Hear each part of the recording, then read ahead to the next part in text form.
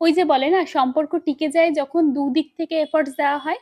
সেটা প্রেম হোক বা বন্ধুত্ব, সব ক্ষেত্রেই কিন্তু সমান। এফোর্টস যদি তুমি একাই দিয়ে যাও আর অন্য দিক থেকে কেউ না দেয়, তখন কিন্তু সেটা চালানো অসম্ভব হয়ে যায়। আর লং ডিস্টেন্সেও যে সম্পর্ক টিকে যায়, এটাও কিন্তু বাস্তব, আর এটাও আমি দেখে নিয়েছি। আমার মাত্র ১ বছরের সম্পর্ক ছিল আমার বান্ধবীর সাথে, মুনের সাথে। কলেজের জাস্ট ফার্স্ট ইয়ারে একটা বছরের আমাদের বন্ধুত্ব ছিল, আর সেই তারপরেই সে বিয়ে করে অনেক দূরে চলে যায় আমার থেকে। কিন্তু সে যখনই কলকাতা আসে আমার সাথে কিন্তু দেখা না করে থাকে না। আর এইটাই আজকালকার দিনে কজন করে সেটা বলো? আজকাল তো পাশ থেকে হেঁটে যায় বন্ধু আর তাকায় না, এরকম অনেক হয়েছে যে পাশ থেকে হেঁটে যাচ্ছে কিন্তু তাকাচ্ছে না।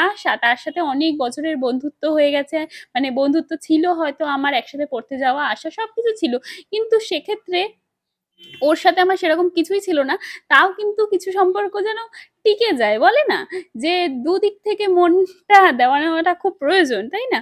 তো যাই হোক, এখানে আমি সিলেবাসে চলে গেছিলাম কারণ ও একটা ব্যাগ কিনবে, আর সেই ভিডিওটা তো তোমরা অনেকেই দেখে নিয়েছো, আর সেটা নিয়ে বেশ মানে মজা করেই আমি ভিডিওটা করেছিলাম। আর এখানে সিলেদার্সের ব্যাগের কালেকশন কিন্তু জাস্ট ওয়াও! এত এত ব্যাগ ছিল সিলেদার্সে, এর আগে আমি ব্যাগের সেকশনটা এত ভালো করে দেখিনি। বন্ধুর পাল্লায় পরে সেটাও দেখা হয়ে গেল। আর এরপর আমি একটুখানি জুতো দেখে নিচ্ছিলাম, কিন্তু সত্যি কথা আমার জুতো সেরকম ভালোই সারা নিউ লাগছিল না। মার্কেট হাঁটিয়ে সিলেদাস ঘুরিয়ে কিছু না কিনিয়ে এখন ফুচকা খাওয়াতে নিয়ে যাচ্ছে। বহুদিন বাদে সেই একসাথে ফুচকা খাওয়া, মানে ৪-৫ বছর বাদে মনে হয় আমরা একসাথে ফুচকা খেলাম। আর এত ভালো লাগছিল, সেই কলেজ লাইফে মনে হয় একসাথে ফুচকা খেয়েছি, তারপরে হয়তো সেভাবে খাওয়াই হয়নি ফুচকা।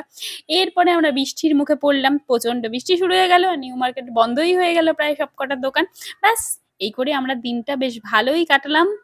আর অনেক অনেক পুরনো স্মৃতি মনে করে আমি একটাই কথা বলবো, নিজের বন্ধুদের সাথে সম্পর্ক রাখো, কেউ হারিয়ে ফেলো না বন্ধুদের, এটা খুব মূল্যবান।